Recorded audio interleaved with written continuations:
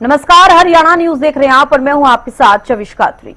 हरियाणा और पंजाब के बीच एसवाइल नहर विवाद दशकों से चला रहा है, लेकिन अभी तक एसवाइल का मुद्दा वहीं के वहीं है। यहां तक कि सुप्रीम कोर्ट ने भी पंजाब और हरियाणा को निर्देश दिए थे कि वे एसवाइल नहर विवाद को सुलझाने में केंद्र के साथ सहयोग करें, लेकिन कोई बात नहीं बनी। वहीं अब एसवाइल नहर निर्माण पर हरियाणा की उम्मीदें केंद्र सरकार पर टिकी हैं। बता दें कि एसवाइल को लेकर 9 जुलाई को दिल्ली में दोनों राज्यों के मुख्यमंत्रियों के बीच एक महत्वपूर्ण बैठक होगी। इस बैठक की अगुवाई केंद्र सरकार करेगी, जिसमें हरियाणा के मुख्यमंत्री नायब सिंह सैनी, पंजाब के मुख्यमंत्री भगवंत मान और केंद्रीय जल शक्ति मंत्री CR पाटिल मौजूद रहेंगे। वहीं हरियाणा और पंजाब इस मीटिंग में मजबूती से अपना अपना पक्ष रखने की तैयारी कर रही है। दोनों सीएम ने अधिकारियों को संबंधित डॉक्यूमेंट्स और अब तक हुई मीटिंगों का ब्यौरा तैयार करने के निर्देश दिए हैं। वहीं एसवाइल को लेकर आज शाम 5 बजे सीएम नायब सिंह सैनी अहम बैठक करेंगे। एसवाइल को लेकर अधिकारियों से जानकारी लेंगे। नहीं है, अभी केंद्र ने बुलाया है और उसके अंदर बैठक तय हुई है।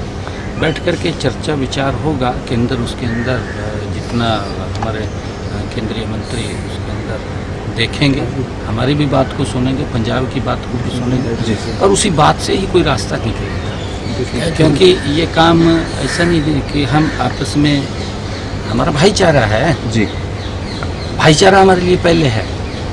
कोई हमारे ऊपर या कहीं और कोई विपत्ति आ जाती है तो तुरंत पंजाब के लोग भी निकल करके आते हैं कि हेल्प करिए। ऐसा नहीं है, कोई भाईचारा है हमारा, तो भाईचारे के अंदर ही कोई रास्ता निकलेगा।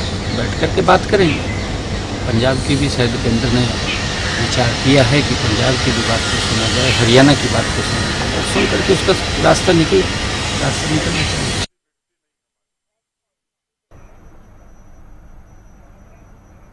तो चलिए, इसी पर ज्यादा बातचीत करने के लिए बीजेपी से प्रवक्ता नेहा धवन हमारे साथ जुड़ गई हैं। इसके अलावा कांग्रेस से वेद प्रकाश विद्रोही हमारे साथ प्रवक्ता जुड़े हैं। बहुत बहुत स्वागत है आप दोनों का हरियाणा न्यूज पर। वेद प्रकाश जी, पहले मैं आपके पास ही आना चाहूंगी। अब जिस तरीके से आप भी देख रहे हैं, लगातार एसवाइल का मुद्दा दशकों से चले आ रहा है और इस बीच अब 9 जुलाई को बैठक भी होनी है और अब केंद्र सरकार जिस तरीके से हस्तक्षेप करती हुई नजर आ रही है, वेद प्रकाश जी, क्या कुछ आपको लग रहा है, क्या इस बार बात बनती हुई नजर आएगी? क्योंकि आज सीएम नायब सिंह सैनी भी मीटिंग करने वाले हैं।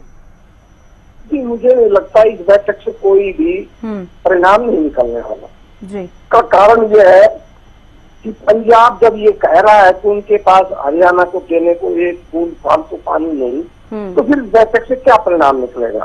पंजाब ने तो अपना स्टैंड ऐसा कर रखा है जैसे हरियाणा पाकिस्तान और भारत की लड़ाई हो, तो पंजाब का स्टैंड बिल्कुल गलत है। और जहां तक सुप्रीम कोर्ट ने 2002 में जब निर्देश दिया था, तभी कहा था कि पंजाब सरकार इस नहर का निर्माण ना करे तो इस नहर का निर्माण सेना की निगरानी में करवाया जाए।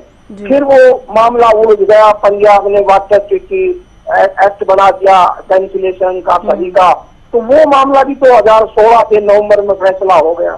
9 साल हो गया, उसका कोई परिणाम नहीं निकल रहा। उल्टा ये हुआ कि जो नहर ले रखी थी, जमीन ले रखी थी, कोई थोड़ी मोड़ी खुदी हुई थी, वो भी पंजाब की सरकार ने, जब अकाली दल भाजपा की सरकार थी, तो जी नोटिफाइड कर उस जमीन को बांट दिया। अब क्योंकि सुप्रीम कोर्ट का निर्देश है कि भाई केंद्र सरकार दोनों राज्यों के मुख्यमंत्रियों को बुलाकर हल निकाले, इसलिए बार बार बैठ के होती है। विगत 9 सालों में कम से कम 5-6 बार बैठ के हो चुकी है, पर रिजल्ट कुछ नहीं निकलता। इसका तो एकमात्र हल यही है कि 2002 के निर्णय के अनुसार केंद्र सरकार इस पंजाब में अधूरी पड़ी नहर का निर्माण सेना की निगरानी में सीमा सड़क संगठन से करवाए। क्योंकि 58 साल हो गया मैडम, 58 साल से ये मामला उलझा हुआ है। आपको याद होगा कि इसी तरह जो अपना कावेरी का मुद्दा था कर्नाटक और तमिलनाडु में, वो भी हमसे भी पहले उलझा हुआ था और वो भी तभी सुलझा जब सुप्रीम कोर्ट ने खुद अपने हाथ में फैसला लेकर कहा, उसको इम्प्लीमेंट करवाया।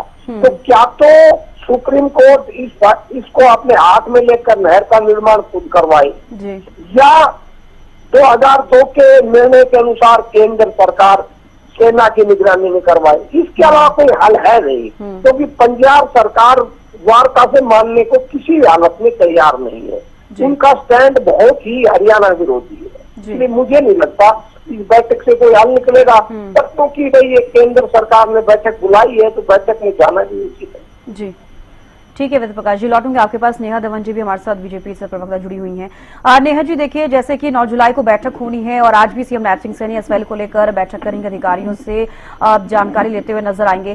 क्या लगता है आपको कि इस बार जो बैठक होगी 9 जुलाई को, उससे कुछ समाधान निकल पाएगा? क्योंकि सीएम नैब सिंह सैनी का भी एक बयान सामने आया जिसमें वो साफ तौर पर कह रही हैं कि भाईचारा यहाँ पर दिखना चाहिए, आपसी समझौते से ही ये समाधान इसका हो सकता है। क्योंकि देखिए, इससे पहले भी तमाम बैठकें हुई हैं, सुप्रीम कोर्ट में ये मुद्दा चले गया, उसके बाद सुप्रीम कोर्ट भी पंजाब सरकार को फटकार लगाता हुआ नजर आया। साफ तौर पर यह कहा गया है कि अगर हरियाणा ने अपनी नहर का निर्माण कर लिया है तो पंजाब को भी करना चाहिए, और तमाम चीजें आगे होती हुई नजर आ रही हैं। क्या लग रहा है आपको? शविष्का जी, बिल्कुल आपकी चिंता आपकी बातों में भी नजर आ रही है, और विद्रोही जी ने भी ये चिंता जाहिर की कि पंजाब सरकार का जो रुख है एसवाईएल को लेकर वो हरियाणा की बात ही हरियाणा का प्रत्येक जन जो है ये सोच रहा है। क्योंकि माननीय सुप्रीम कोर्ट के आदेश जारी होने के बाद और फटकार सुनने के बाद भी आम आदमी पार्टी की पंजाब जो है वो अपना इतना गलत रवैया प्रस्तुत कर रहे हैं। और एसवाईएल को लेकर ही नहीं, अब तक जितने भी समझौते हरियाणा प्रदेश के साथ में पंजाब के रहे हैं, चाहे वो विधानसभा को लेकर हो, चाहे वो जमीनी विवाद को लेकर हो, चाहे अन्य पानी के समझौते हो, नहरों के समझौते हो, और एसवाईएल को स्पेसिफिकली देखिए, अटल बिहारी वाजपेयी जी जब देश के प्रधानमंत्री बने थे तो उन्होंने एक विषय जो है वो सबके सामने रखा था, और इस पर काम भी भारतीय जनता पार्टी की उस समय की सरकार ने किया था। और वो थी कि नहरी जल जो नहरी है उन चैनल्स को आपस में कनेक्ट करना, ताकि जो नहरी पानी है उस पानी का सदुपयोग हो सके और उन क्षेत्रों में भी पानी पहुंचाया जा सके जहां पर नहर के पानी की व्यवस्था नहीं है। अब ब्यास और रावी का जो पानी है उसको सतलुज यमुना लिंक नहर के साथ में जोड़ने का जो फैसला लिया गया था, जो समझौता हुआ था, उस समझौते को वाकई अब बहुत लंबा अरसा हो चुका है। और पंजाब की सरकारें जो हैं वो हमेशा अपने एक गलत नैरेटिव को पंजाब की जनता के सामने रखते आए हैं कि पंजाब अगर पानी देगा तो उनके पास में पानी की कमी आ जाएगी। लेकिन रावी ब्यास का पानी हो, चाहे वो नंगल डैम का पानी हो, चाहे वो भाखड़ा डैम का पानी हो, वो सारा पानी जो है वो पंजाब के उन क्षेत्रों से जहां पर वो नहर का चैनल है वहां तक तो जाता है, लेकिन उसके बाद पाकिस्तान से होता हुआ जो है खाड़ी में गिर जाता है। और जब हम ये बात करते हैं कि जब इस जल का निर्माण, अगर इस नहर का निर्माण अगर हो जाएगा, क्योंकि 92 किलोमीटर के आसपास का एरिया हरियाणा के अंदर इस नहरी चैनल का निर्माण होकर रखा हुआ है, कब से हम करवा चुके हैं। उसके बाद सुप्रीम कोर्ट ने भी आदेश जारी कर दिए पंजाब सरकार के नाम पर कि आप भी 1 साल के अंदर, उनको वक्त मिला था कि आप 1 साल के अंदर अंदर इस चैनल का निर्माण करें।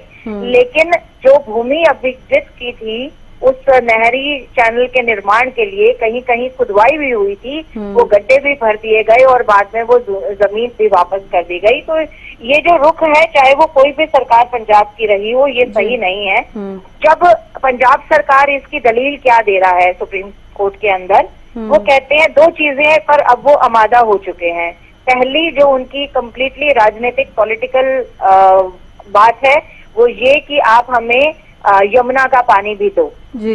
अब इस बात पर उतर आए हैं, लेकिन अचानक अब कोई और रास्ता सूझ नहीं रहा, अब कोई और बहाना सूझ नहीं रहा, तो अचानक जो है ये बात इन्होंने सामने रखी और ये लेटेस्ट उनका बहाना है। इससे पहले उन्होंने कहा कि हमारे पास एक बूंद भी पानी नहीं है, हमारे 153 डार्क जोन में से 115 डार्क जोन तो इतने हैं जहां पर 400 से 600 फुट पानी नीचे हो चुका है। लेकिन उनको ये सोचना चाहिए कि जिस समझौते पर जब पंजाब और हरियाणा अलग हुए थे तो जो नेचुरल रिसोर्सेज संयुक्त पंजाब के थे, उस संयुक्त पंजाब के नेचुरल रिसोर्सेज पर जितना अधिकार पंजाब की सरकार का, पंजाब की जनता का है, उतना अधिकार हरियाणा का भी है, हरियाणा के लोगों का भी है। और आप दक्षिण हरियाणा की अगर हम बात करें, अगर ये संयुक्त पंजाब होता तो क्या दक्षिण हरियाणा पंजाब का हिस्सा नहीं था? वहां पर 1200 फुट पानी जो है वो चला जा चुका है ग्राउंड वाटर लेवल, लेकिन उसको इम्प्रूवमेंट करने की बजाय हमने तो अपना हरियाणा की सरकार ने ग्राउंड वाटर को इम्प्रूव करने के लिए बहुत प्रयास किए और बहुत सारी जगह पर, क्योंकि मैं हिसार क्षेत्र से आती हूँ, हमारे हिसार के आसपास का एरिया के ऐसे कई गांव थे जहां पर 800 से 900 फीट